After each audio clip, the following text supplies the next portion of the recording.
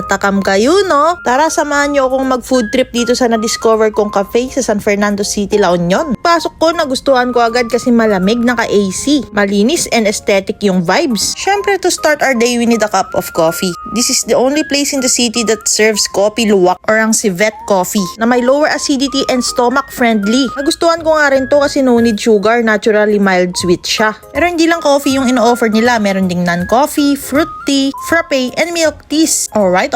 Sa mga food naman, very affordable lang siya. Not too expensive, not too cheap, pero yung serving napakarami. Lalo na tong bibimbap, ire-recommend ko sa inyo mga kapulutan. Perfect combination of sweet, tangy, spicy, and savory flavors. Pero hindi lang yan dahil marami pa kayong pagpipilian sa kanilang mga rice bowl and sandwiches. Meron ding snacks kagaya ng chicken poppers na may 3 flavors pero yung in-order namin is honey buffalo. May mga pasta din sila pero ang personal favorite ko ay itong truffle pasta na kapag natikman ay siguradong babalikan. For our drinks naman, nag-order kami ng fruit tea na napaka-refreshing. Meron ding matcha berry, strawberry frappe, at ang kapinakaya kang ipaglaban, ang kanilang Dip and Brew signature coffee. Isa din sa trademark nila ang buy one take one milk tea for life. Kaya tawagin nyo na ang tropa nyo, ang jowa nyo, para mag-date dito. Perfect partner itong waffles. Makakulang na kayo sa sweetness kaya orderin nyo to. Perfect study place dahil malapit to sa mga schools. Free wifi para sa mga customers and outlets to charge your gadgets. Dito pala to sa Dip and Brew Cafe. Located sa Barangay Lingsat, San Fernando City, La Union. Mismong Flying B, tapat lang ng SLC. Open sila Monday to Sunday from 7 a.m. to 8 p.m. Check nyo na rin yung branch nila sa Barangay Urbistondo, San Juan, La Union. Kaya pang nihintay nyo, wala na naman kaming masabi kundi... Alright.